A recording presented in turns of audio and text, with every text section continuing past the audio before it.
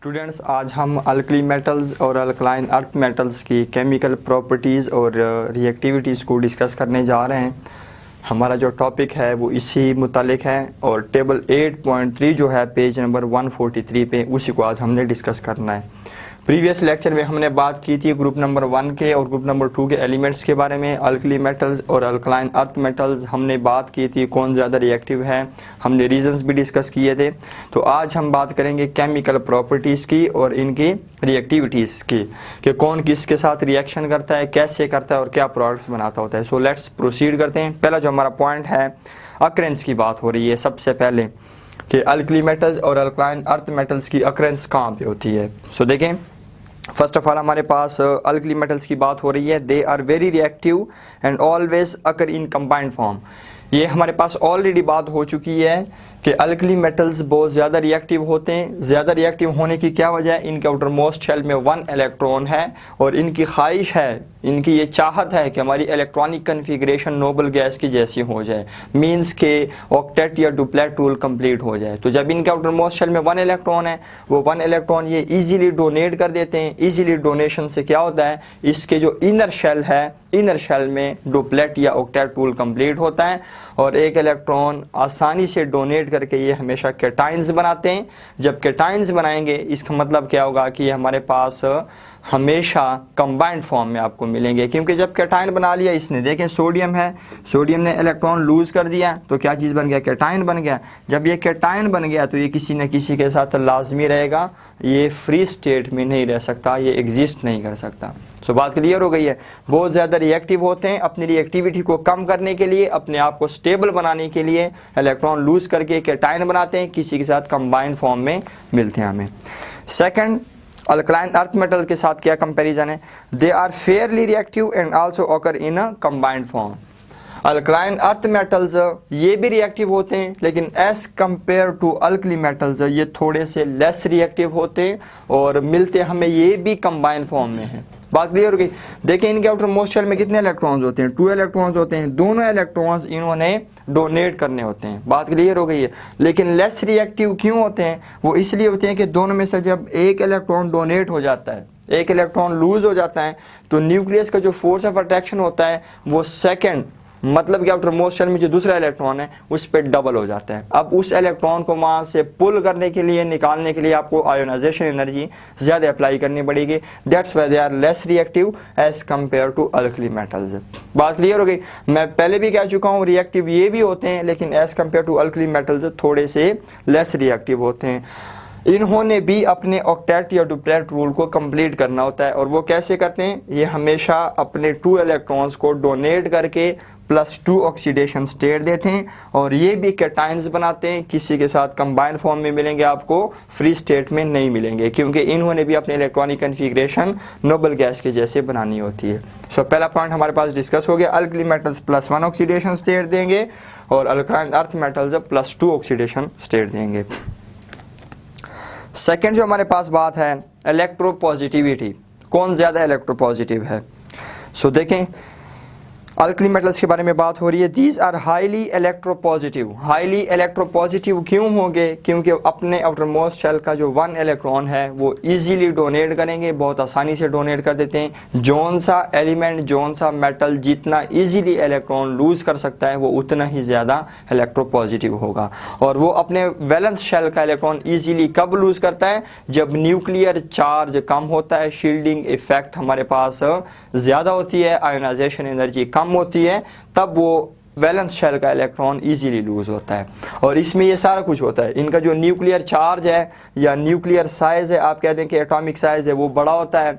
Shielding effect हमारे पास ज़्यादा होती है। शील्डिंग इफेक्ट का मतलब क्या? न्यूक्लियस का आउटर मोस्ट शेल के ऊपर, आउटर मोस्ट शेल के इलेक्ट्रॉन्स के ऊपर जो होल्ड है वो जितना कम होगा, शील्डिंग इफेक्ट उतना ही ज़्यादा होगा। शील्डिंग इफेक्ट उतना ही ज़्यादा होगा, आयोनाइजेशन एनर्जी आपको उतनी ही कम मिलेगी। आयोनाइजेशन एनर्जी कम मिलेगी मींस के इलेक्ट्रॉन इजीली लूज हो सकता है।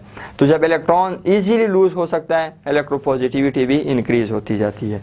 सो अल्कली मेटल्स की क्या होती है? इलेक्ट्रोपॉजिटिव बहुत ज़्यादा होते हैं, इलेक्ट्रोपॉजिटिविटी इंक्रीज होती है डाउन द ग्रुप जाते हुए। ठीक। They have ionization energy values ranging from 520 for lithium to 376 for caesium.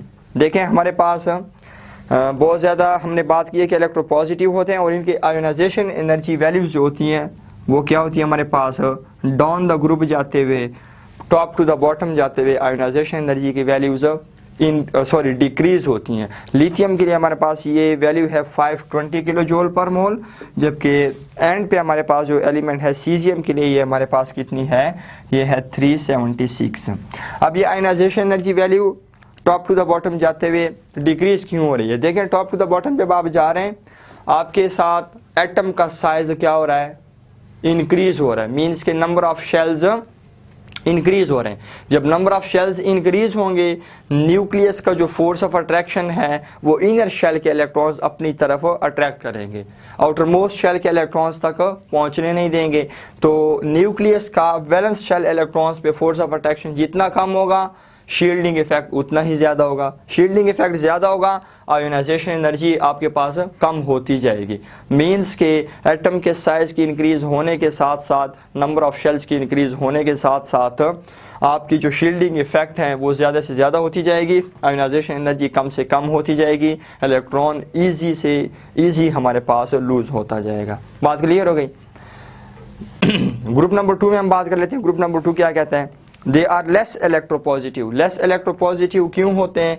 Already हम बात कर चुके हैं, आउटर मोस्ट शेल में 2 इलेक्ट्रॉन्स होते हैं। एक इलेक्ट्रॉन जब डोनेट हो जाता है, न्यूक्लियस दूसरे इलेक्ट्रॉन पे फोर्स ऑफ अट्रैक्शन को थोड़ा ज़्यादा कर लेता है, या आप कह सकते हैं डबल कर लेता है। तो जब फोर्स ऑफ अट्रैक्शन न्यूक्लियस का दूसरे इलेक्ट्रॉन पे डबल हो जाएगा, तो उस इलेक्ट्रॉन को पुल करने के लिए, निकालने के लिए आपको आयोनाइजेशन एनर्जी ज़्यादा अप्लाई करनी पड़ेगी। बात क्लियर?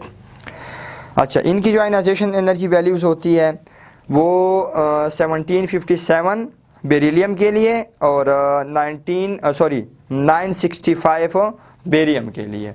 बेरिलियम के लिए कितनी है? 1757 है और बेरियम के लिए 965 किलो जूल पर मोल है। मीन्स के डाउन द वर्ड जाते हुए इनका भी एटॉमिक साइज इंक्रीज होता है, नंबर ऑफ शेल्स इंक्रीज होते जा रहे हैं। नंबर ऑफ शेल्स इंक्रीज होते जा रहे हैं तो न्यूक्लियस का वैलेंस शेल इलेक्ट्रॉन पे फोर्स ऑफ अट्रैक्शन कम होता जा रहा है। फोर्स ऑफ अट्रैक्शन कम हो रहा है, इट मीन्स की शील्डिंग इफेक्ट ज़्यादा हो रहा है। शील्डिंग इफेक्ट के ज़्यादा होने के साथ आयोनाइजेशन एनर्जी कम हो रही है। आयोनाइजेशन एनर्जी कम है तो इलेक्ट्रॉन इजीली आप वहाँ से पुल कर सकते हैं, मीन्स कि ये एटम इलेक्ट्रॉन इजीली डोनेट कर सकते होते हैं। लेकिन as compare to alkali metals ये लेस रिएक्टिव है। इनके रीज़न हमारे पास क्या है कि आउटर मोस्ट शेल में 2 इलेक्ट्रॉन्स होते हैं। एक इलेक्ट्रॉन के डोनेशन के बाद न्यूक्लियस का force of attraction second electron पे थोड़ा सा ज़्यादा हो जाता है। बात क्लियर? तीसरा जो हमारे पास पॉइंट डिस्कस हो रहा है वो है reaction with water. Alkali metal सिर्फ वाटर के साथ कैसे रिएक्शन करता है और अल्कलाइन अर्थ मेटल कैसे रिएक्शन करेंगे। देखें ऑलरेडी बात हो रही है कि अल्कली मेटल्स चूंकि ज़्यादा रिएक्टिव हैं सो वो वाटर के साथ जल्दी रिएक्शन करेंगे। कैसे रिएक्शन करता है देखें ज़रा। They react with water vigorously, बहुत जल्दी। At room temperature, room temperature पे रिएक्शन करेंगे। कोई आपको कैटलिस्ट अप्लाई नहीं करना पड़ेगा, कोई आपको टेम्परेचर या कोई आपको प्रेशर अप्लाई नहीं करना पड़ेगा। रूम टेम्परेचर पे ये विग्रसली वाटर के साथ रिएक्शन कर लेते हैं और स्ट्रॉन्ग अल्कलाइन सोल्यूशन भी बनाते हैं और साथ हाइड्रोजन गैस भी बना लेते हैं। देखिए सपोज करें आपके पास है सोडियम है, सोडियम मैंने 2 लिए में इसलिए क्योंकि हम बैलेंस केमिकल इक्वेशन लिख रहे हैं। साथ हमारे पास वाटर के साथ जब ये रिएक्शन करेगा 2H2O, हमारे पास क्या चीज़ बन जाएगा, 2 सोडियम हाइड्रोक्साइड बन जाएंगे। ये स्ट्रॉन्ग अल्कलाइन सोल्यूशन इसको कहते हैं सोडियम हाइड्रोक्साइड, और साथ ही हाइड्रोजन गैस एटमॉस्फेयर में रिलीज हो जाएगी। सो वाटर के साथ सोडियम क्या करता है, विग्रसली रिएक्शन करता है रूम टेम्परेचर पे। कोई आपको कंडीशंस अप्लाई नहीं करने पड़ेंगे, बिल्कुल नॉर्मल रिएक्शन करके स्ट्रॉन्ग अल्कलाइन सोल्यूशन बनाता है और साथ हाइड्रोजन गैस एटमॉस्फेयर में रिलीज हो जाती हैं। बात क्लियर? सेकंड हमारे पास अल्कलाइन अर्थ मेटल्स की बात हो रही है। अल्कलाइन अर्थ मेटल्स क्या काम करते हैं, लेस विग्रसली, मीन्स के थोड़ा सा कम, ठीक है। And on heating they produce weak basis. यहाँ पे देखें कंडीशंस आपको अप्लाई करने पड़े।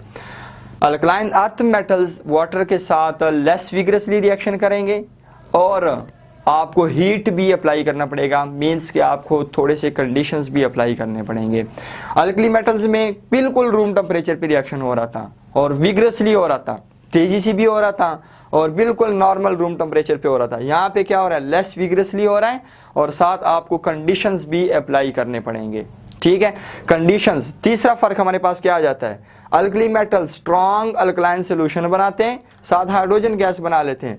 ये क्या काम करते हैं, ये जब वाटर के साथ रिएक्शन करते हैं लेस विग्रसली करते हैं, कंडीशंस भी अप्लाई करने पड़ेंगे, मींस के हीटिंग पे रिएक्शन करेगा, आप हीट करेंगे तब ये रिएक्शन करेंगे। तीसरी बात क्या है, उनका प्रोडक्ट स्ट्रॉन्ग अल्कलाइन सोल्यूशन था, हाइड्रोजन गैस थी। इसका प्रोडक्ट क्या है, इसका प्रोडक्ट बिल्कुल सिंपल, हमारे पास ऑक्साइड्स बनेंगे, साथ हाइड्रोजन गैस एटमॉस्फेयर में रिलीज हो जाएगी। देखिए हम कोई भी एग्जांपल ले लेते हैं, सपोज हमारे पास मैग्नीशियम है, वाटर के साथ रिएक्शन कर रहा है, लेस विग्रसली करेगा और हमारे पास हीट हम अप्लाई करेंगे तब ये रिएक्शन करेंगे। दो बातें हो गई। तीसरी बात, इसका जो प्रोडक्ट बनेगा वो प्रोडक्ट बनता है मैग्नीशियम ऑक्साइड, साथ हमारे पास हाइड्रोजन गैस एटमॉस्फेयर में रिलीज हो जाएगी। सो फर्क आप देख रहे हैं, विग्रसली, लेस विग्रसली, बिल्कुल रूम टेम्परेचर, यहाँ पे हीटिंग, यहाँ पे प्रोडक्ट स्ट्रॉन्ग अल्कलाइन सोल्यूशन और साथ हाइड्रोजन गैस, यहाँ पे प्रोडक्ट मैग्नीशियम ऑक्साइड और साथ हमारे पास हाइड्रोजन। अब ये मैग्नीशियम ऑक्साइड अगेन अगर वाटर के साथ रिएक्शन करेगा तब ये जाके क्या चीज़ बनाएगा, अल्कलाइन सोल्यूशन बनाएगा। सपोज करें मैग्नीशियम ऑक्साइड को जब आप वाटर के साथ ट्रीट करवाते हैं, आपके पास क्या चीज़ बन जाएगी, मैग्नीशियम ऑक्साइड प्लस H2O, आपके पास मैग्नीशियम हाइड्रोक्साइड बन सकता है और फिर जो है ना हमारे पास MgOH हमारे पास 2 मैग्नीशियम हाइड्रोक्साइड बन जाएगा, लेकिन इसमें हाइड्रोजन गैस जो है ना वो रिलीज नहीं होती जाएगी। ठीक हो गया। पॉइंट नंबर 4 की तरफ चलते हैं। ऑक्सीजन के साथ रिएक्शन गिवन है कि ऑक्सीजन के साथ कैसे रिएक्शन करते हैं।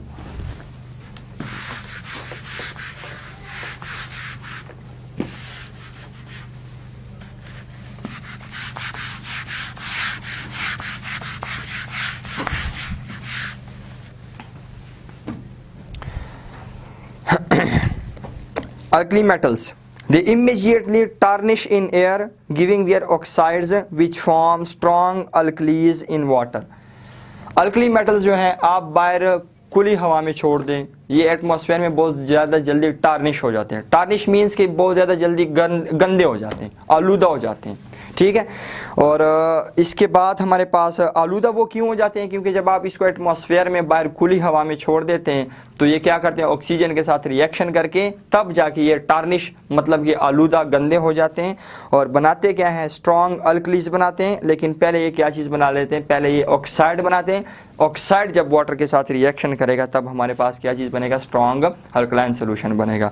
मतलब क्या है कि सपोज अगर आपके पास 4Na 4 सोडियम ऑक्सीजन मॉलिक्यूल के साथ रिएक्शन करेंगे, क्या चीज़ बनेगा हमारे पास 2Na2O।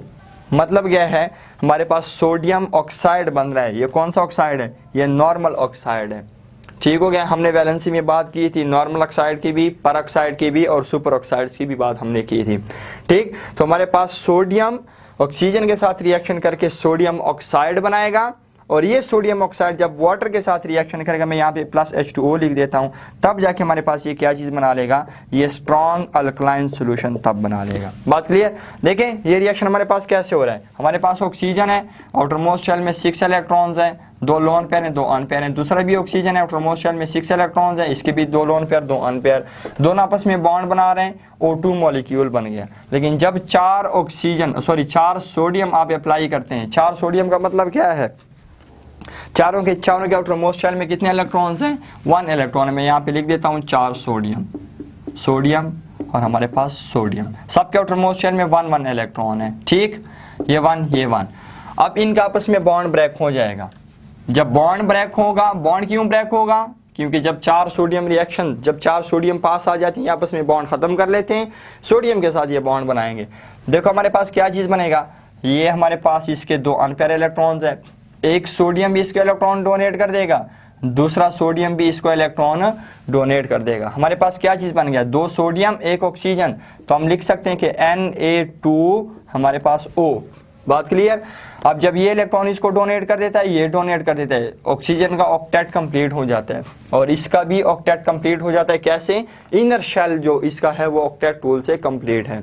इसी तरह दूसरा भी है, ये जो 2 सोडियम है ये दूसरे ऑक्सीजन को इलेक्ट्रॉन डोनेट कर देते हैं और हमारे पास सोडियम ऑक्साइड के कितने मॉलिक्यूल्स बन जाते हैं, 2 हमारे पास बन जाते हैं। बात क्लियर हो गई। ये सोडियम ऑक्साइड जब वाटर के साथ रिएक्शन करेगा तो हमारे पास स्ट्रॉन्ग अल्कलाइन सॉल्यूशन बनेगा। देखें कंपैरिजन कर लेते हैं अल्कलाइन अर्थ मेटल्स क्या काम करते हैं। Alkaline earth metals they are less reactive towards oxygen and oxides are formed on heating. बात क्लियर है। देखें हमारे पास जो है अल्कलाइन अर्थ मेटल्स ये ऑक्सीजन के साथ लेस रिएक्टिव होते हैं। Less reactive means room temperature पे अल्कलाइन अर्थ मेटल्स ऑक्सीजन के साथ रिएक्शन नहीं करते। रिएक्शन करेंगे भी तो आप दोनों को हीट करेंगे तब जाके दोनों के बीच में रिएक्शन हो जाएगा। और रिएक्शन जब होगा तब क्या चीज़ बनेगा, 2Mg प्लस आपके पास O2 है, आपके पास मैग्नीशियम ऑक्साइड बनेगा, 2MgO बनेगा आपके पास। ठीक हो गया, सिंपल। हमारे पास ये रिएक्शन कैसे हो रहा है, ये भी सेम हमारे पास वैसे ही है। O2 है, हमारे पास बॉन्ड बनाया हुआ है, दोनों ने O2 मॉलिक्यूल बना हुआ है। जब हमारे पास दो मैग्नीशियम आ जाते हैं, एक मैग्नीशियम दूसरा मैग्नीशियम, तब ये आपस में बॉन्ड को ब्रेक कर लेंगे। जब बॉन्ड इनका आपस में ब्रेक हो जाता है, अब इसके पास भी 6 इलेक्ट्रॉन्स हैं, इसके पास भी 6 इलेक्ट्रॉन्स हैं। ऑक्टेट के लिए इसकी रिक्वायरमेंट कितनी है, 2 इलेक्ट्रॉन्स की। मैग्नीशियम के पास आउटर मोस्ट में 2 इलेक्ट्रॉन्स मौजूद हैं। दोनों 2 इलेक्ट्रॉन्स किसको दे देंगे, ऑक्सीजन को दे देगा, मैग्नीशियम ऑक्साइड बन जाएगा। ये भी सेम वही काम करेगा, इसके पास 2 इलेक्ट्रॉन मौजूद हैं, एक दूसरा भी दे देगा, तो मैग्नीशियम ऑक्साइड हमारे पास 2 बन जाएंगे। और इसके बाद हमारे पास जो पॉइंट नंबर 5 है कंपैरिजन का, उसको हम देखते हैं, रिएक्शन विद हाइड्रोजन। अब alkali metals alkaline earth metals hydrogen के साथ कैसे रिएक्शन करते हैं उसको देखें ज़रा। They form ionic hydrides with H2 at high temperature. इसको ज़रा समझें, आयोनिक हाइड्राइड्स का क्या मतलब है और हाइड्राइड्स हम कहते किसको हैं। ठीक है, सबसे पहले हम बात करेंगे हाइड्राइड्स की या फिर आयोनिक हाइड्राइड्स की। देखिए हाइड्राइड्स क्या होते हैं, जिस कंपाउंड के एंड पे आपको H नज़र आ जाए, एंड पे मैं कह रहा हूँ, स्टार्ट पे नहीं। आप देखें HCl है, ये हाइड्राइड नहीं है। जिस कंपाउंड के एंड पे आपको H नज़र आ जाए उसको हम कहते हैं हाइड्राइड। पहला पॉइंट क्लियर हो गया। इसके बाद आयोनिक हाइड्राइड क्यों कहते हैं, क्योंकि हाइड्राइड कंपाउंड्स हमेशा आयोनिक बॉन्ड के रिजल्ट में बनते हैं। क्लियर, इसलिए हम क्या कहते हैं, आयोनिक हाइड्राइड कहते हैं। और ये वाहिद कंपाउंड है हाइड्रोजन के जिसमें हाइड्रोजन -1 ऑक्सीडेशन स्टेट देता है। वो भी हम बात करते हैं कैसे -1 ऑक्सीडेशन स्टेट देता है और इसको हाइड्राइड्स क्यों कहते हैं, कैसे कहते हैं। ठीक है, तो अल्कली मेटल्स हाइड्रोजन के साथ रिएक्शन करके आयोनिक हाइड्राइड्स बनाते हैं। और बनाते कैसे हैं, इसको हीट करना पड़ेगा, टेम्परेचर हाई टेम्परेचर आपको अप्लाई करना पड़ेगा। तो देखिए हमारे पास 2 सोडियम है, साथ किसके साथ रिएक्शन कर रहे हैं, हाइड्रोजन गैस। ठीक हो गया, इसके साथ रिएक्शन करके क्या चीज़ बना रहे हैं, 2NaH बना रहे हैं। बात क्लियर हो गई। ये रिएक्शन हो कैसे रहा है, हमारे पास H2 है, दोनों का आपस में बॉन्ड बना हुआ है, दोनों आपके पास सोडियम अप्लाई हो रहे हैं। यहाँ पे दोनों को आपने हीट कर दिया, हाइड्रोजन गैस को, सोडियम मेटल्स को आपने हीट कर दिया। रिजल्ट में आपके पास सोडियम हाइड्राइड बनेगा, आयोनिक सोडियम हाइड्राइड। होता क्या है कि जब आप दोनों को हीट करते हैं, इनका आपस में बॉन्ड ब्रेक हो जाता है। हाइड्रोजन के पास अपना इलेक्ट्रॉन आ जाता है, इस हाइड्रोजन के पास अपना इलेक्ट्रॉन आ जाता है। हाइड्रोजन के आउटर मोस्ट में 1 इलेक्ट्रॉन मौजूद है। इनकी रिक्वायरमेंट कितनी है, डुप्लेट रूल की रिक्वायरमेंट है।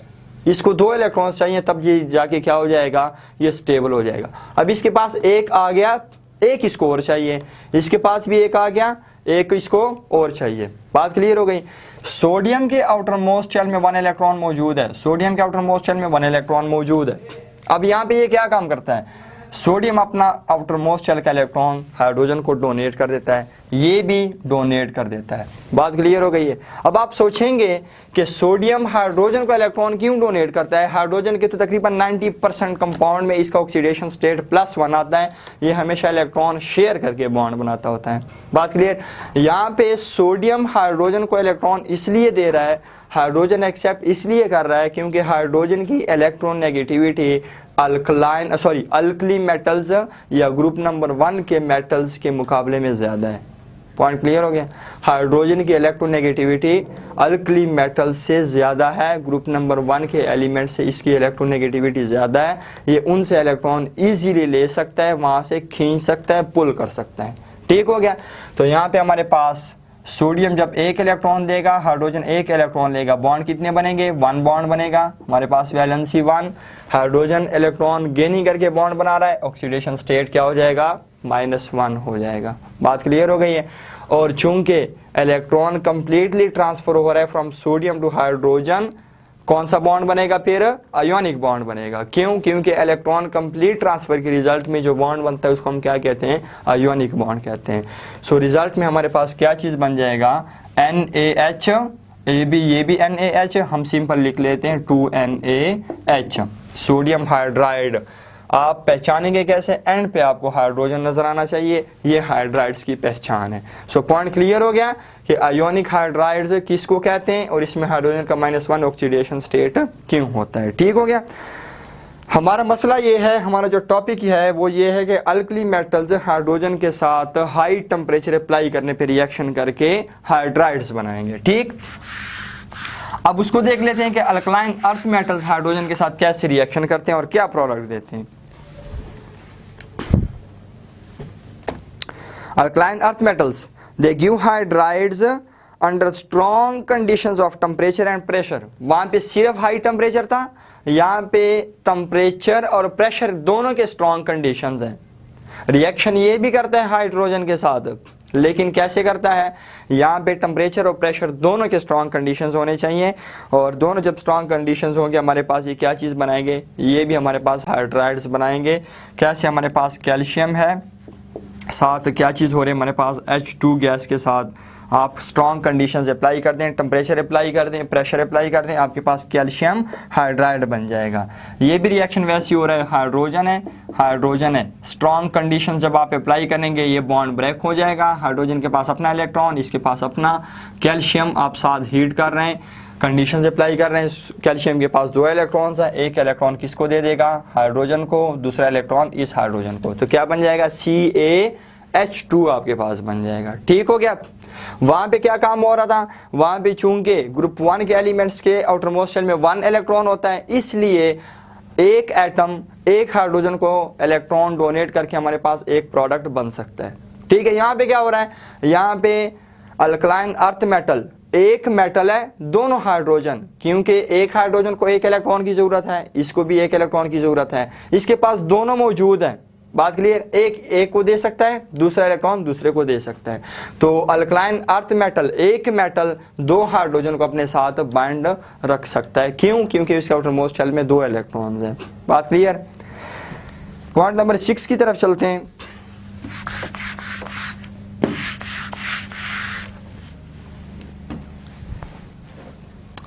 रिएक्शन विद हैलोजेंस, हैलोजेंस के साथ देखते हैं क्या रिएक्शन कर रहे हैं। Alkali metals react violently with halogens. Violently means शदीद किस्म का रिएक्शन करेंगे। एट रूम टेम्परेचर कोई कंडीशंस अप्लाई नहीं हो रहे, ना टेम्परेचर है, ना प्रेशर है, ना हीट है, कुछ भी नहीं है। नॉर्मल रूम टेम्परेचर पे अल्कली मेटल्स हैलोजेंस के साथ वायलेंटली रिएक्शन करते हैं। प्रोडक्ट क्या बनाते हैं? हमेशा हेलाइड्स बनाते हैं, मतलब कि सॉल्ट्स बनाते हैं। अब हैलोजेंस किसको कहते हैं? फर्स्ट ऑफ ऑल हमारा ये आइडिया क्लियर होना चाहिए। हैलोजन जो है, या पहले हम बात कर लेते हैं हेलाइड की। हेलाइड का वर्ड निकला हुआ है किससे? हैलोजन से। हैलोजन किसको कहते हैं?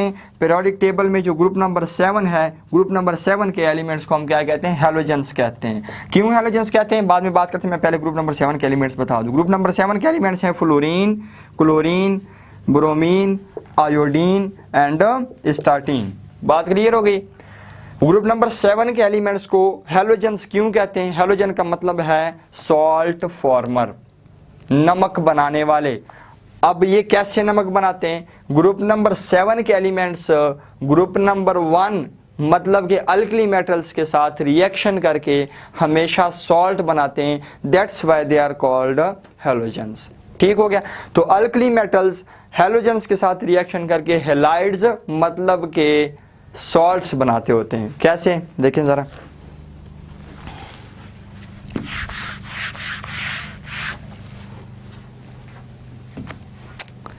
हमारे पास रिएक्शन हो रहा है 2Na प्लस Cl2, हमारे पास क्या चीज़ बन जाएगा? 2 सोडियम क्लोराइड बन जाएंगे। ये हमारे पास क्या चीज़ है? सॉल्ट है।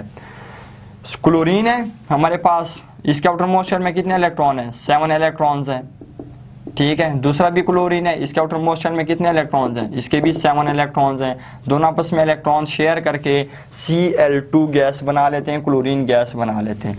लेकिन जब आप 2 सोडियम अप्लाई करेंगे, जब आपके पास 2 सोडियम इनके साथ कांटेक्ट में आ जाते हैं, ये आपस में बॉन्ड को ब्रेक कर लेते हैं, अपना अपना इलेक्ट्रॉन वापस ले लेते हैं। सोडियम के आउटर मोस्ट शेल में 1 इलेक्ट्रॉन है, इसके भी 1 इलेक्ट्रॉन है, इसकी रिक्वायरमेंट भी 1 की है। सोडियम क्या कर लेता है, इलेक्ट्रॉन इसको डोनेट कर देता है। सोडियम क्या करता है, इलेक्ट्रॉन इसको डोनेट कर देता है। रिजल्ट में NaCl स्टेबल हमारे पास आयोनिक कंपाउंड बन जाता है।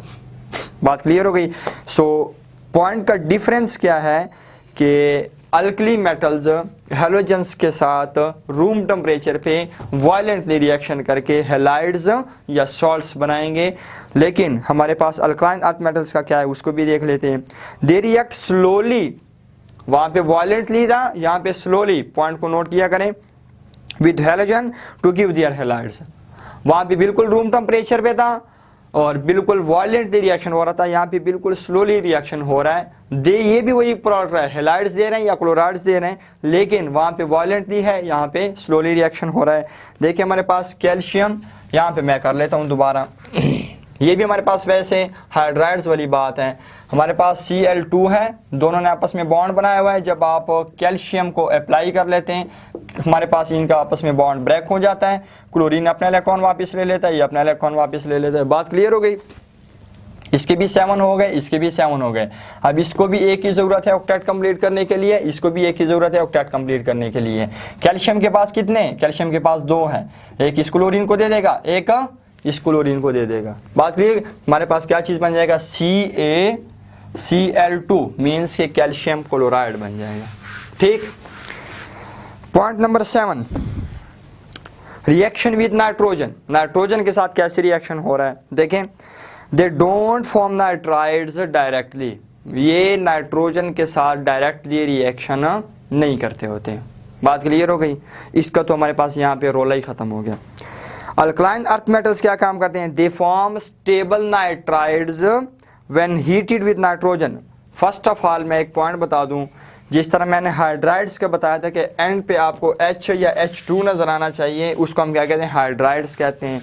अब नाइट्राइड्स क्या होते हैं, एंड पे आपको N2 नजर आ जाए या N नजर आ जाए, उसको हम क्या कहते हैं, नाइट्राइड्स कहते हैं। ठीक है। तो अल्कली मेटल्स नाइट्रोजन के साथ रिएक्शन करके नाइट्राइड्स नहीं बनाते, बिल्कुल रिएक्शन करती है नहीं नाइट्रोजन के साथ। लेकिन अल्कलाइन अर्थ मेटल्स जब आप उनको नाइट्रोजन के साथ हीट करते हैं तब वो स्टेबल नाइट्राइड्स बना सकते हैं। कैसे, रिएक्शन हमारे पास गिवन है 3Mg प्लस N2, हमारे पास Mg N2 बन रहा है। देखें 3Mg प्लस आपके पास N2, साथ हमारे पास क्या चीज़ है, Mg3 और N2 आपके पास मैग्नीशियम नाइट्राइड बन गया, स्टेबल नाइट्राइड। रिएक्शन कैसे हुआ है, मैकेनिज्म को थोड़ा सा देख लें।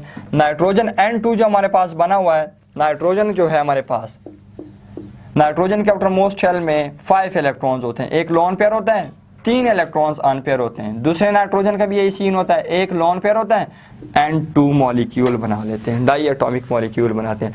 लेकिन जब आप 3 मैग्नीशियम अप्लाई करेंगे, कितने मैग्नीशियम्स, 3 मैग्नीशियम, एक हमारे पास मैग्नीशियम, ये दूसरा मैग्नीशियम हमारे पास आ गया, यहाँ पे मैं लिख देता हूँ तीसरा मैग्नीशियम।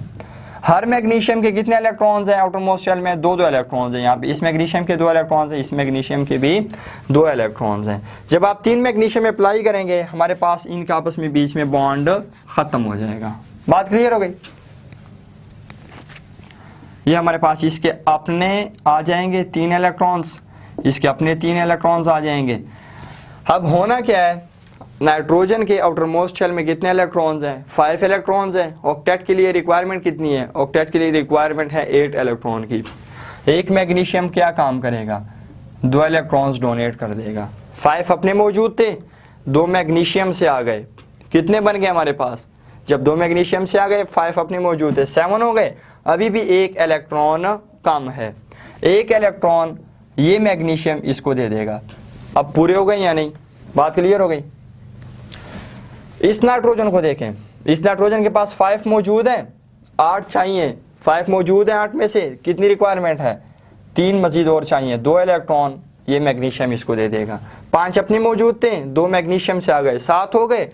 अभी भी इसके पास एक काम है, इस मैग्नीशियम के पास एक पड़ा हुआ है, ये इसको अपना एक इलेक्ट्रॉन दे देगा।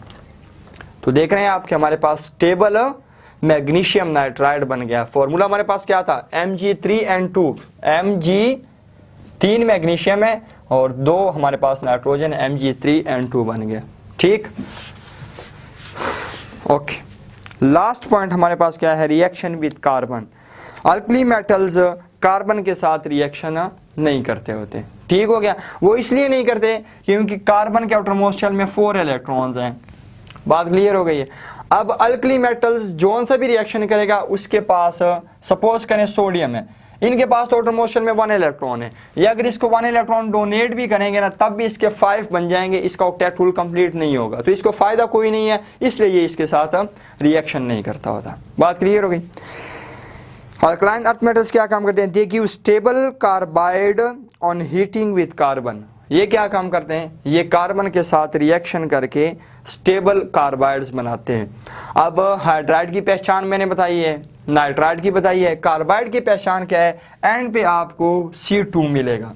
जिस कंपाउंड के एंड पे C2 मिलेगा आप समझ जाएं ये क्या चीज़ है, ये कार्बाइड है।